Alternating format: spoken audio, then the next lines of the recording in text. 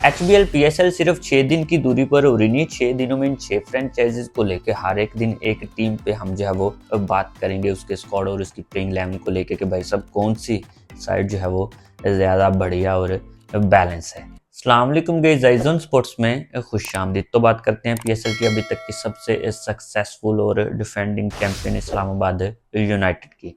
Guys अभी तक Islamabad United ने PSL के 100 मैचेस जो है वो खेल रखे हैं, जिसमें से 55 में जीत है और विनिंग परसेंटेज इनकी देखी जाए तो 55% है। इसके अलावा अगर देखा जाए तो सबसे ज़्यादा PSL के टाइटल भी इस्लामाबाद यूनाइटेड के नाम है। 3 टाइटल जो है वो इन्होंने अभी तक जीत रखे हैं, जिसमें सबसे पहला 2016, 2018 और लास्ट टाइटल अगर देखा जाए जिसके ये डिफेंडिंग चैंपियन है 2024, 2024 का भी इस्लामाबाद यूनाइटेड के नाम। इसके अलावा बैटर्स में मोस्ट रन अगर देखे जाए तो इस्लामाबाद यूनाइटेड की जानिब से कोलन मनरो, जबकि बॉलिंग में अगर देखा जाए तो सबसे ज्यादा विकेट्स कप्तान शादाब खान के नाम है।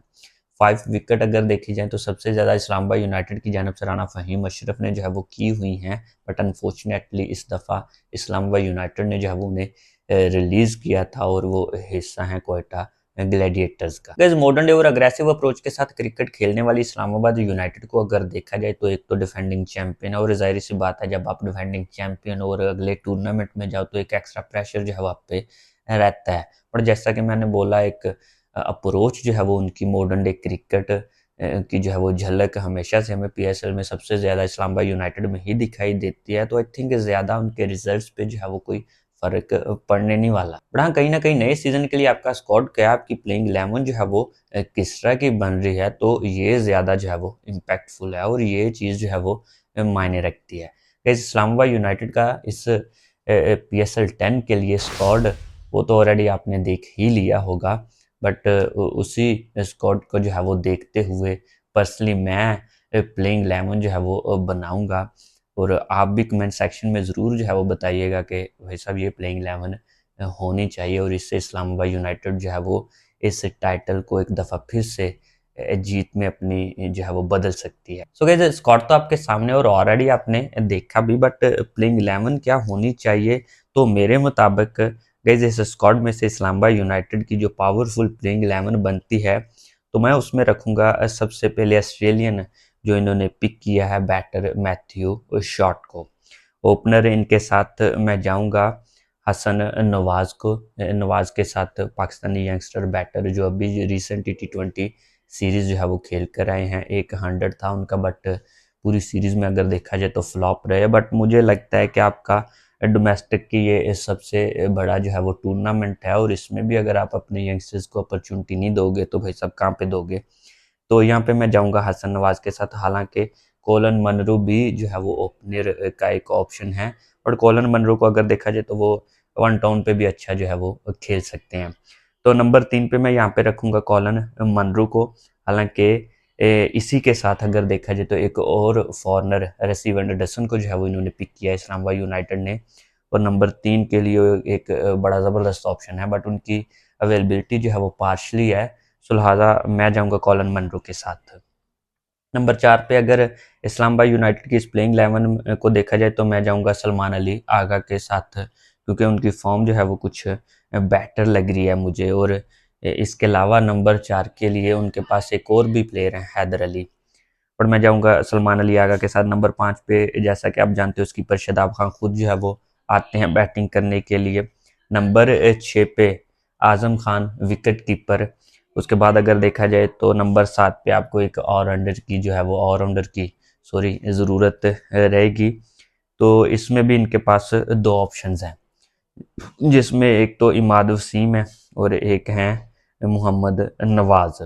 और आई थिंक मैं जाऊंगा इमाद वसीम के साथ, क्योंकि रिसेंट सीज़न में जो उनकी परफॉर्मेंसेस रही हैं उन्हीं की बदौलत मैं समझता हूँ कि इस्लामाबाद यूनाइटेड जो है वो लास्ट दफ़ा के चैम्पियन रही है। नंबर 8 पे आपको जो है वो एक और ऑलराउंडर की ज़रूरत, क्योंकि क्रिकेट है जितनी जो है वो जदीद हो चुकी है, जितने भी ऑलराउंडर्स हों कम है।